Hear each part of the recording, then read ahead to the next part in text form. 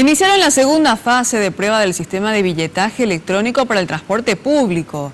Los responsables de la instalación de los aparatos aseguran que para finales del próximo año todas las flotas de buses contarán con esa tecnología. Estos son los validadores de tarjetas que serán instalados en 10 buses de empresas diferentes como parte de la segunda etapa del proyecto. La intención es medir la funcionalidad en la mayor cantidad de itinerarios.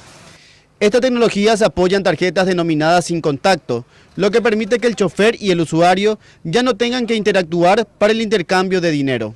Básicamente este es el dispositivo validador. Esto va a estar instalado de acuerdo a puntos que sean de mayor y mejor acceso para el usuario, en el que él va con esta tarjeta precargada venir a interactuar con este dispositivo. Al abordar el bus, el usuario aproxima su tarjeta, se realiza el descuento del crédito, se aprueba y se habilita el molinete y el usuario ya puede pasar.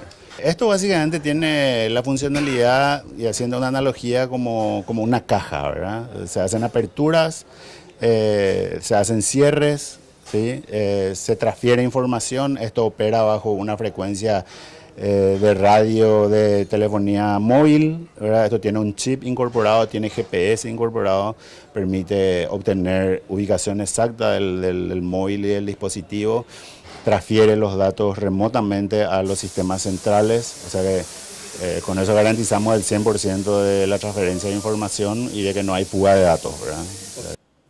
Si todas las pruebas resultan satisfactorias y se tiene el visto bueno del Viceministerio del Transporte, todos los buses de las empresas pertenecientes a la Cetrapan tendrán estos equipos. Estimamos que sería dentro del año que viene, en el transcurso del año que viene, ¿verdad? Luego de esta fase 2 viene, como te dije, ya la homologación, y una vez que esté homologado el sistema, ahí empezaríamos el proceso de la instalación en esos 1.300 buses que mencionaste. Ya tenemos en vista la recarga de las tarjetas con la red Aquí Pago.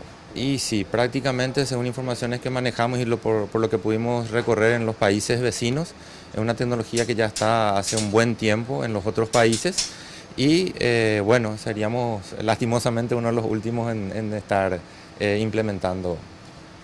El Viceministerio del Transporte se encargará de regular las tarjetas especiales para los usuarios que no pagan pasajes, como niños y estudiantes y personas con discapacidad.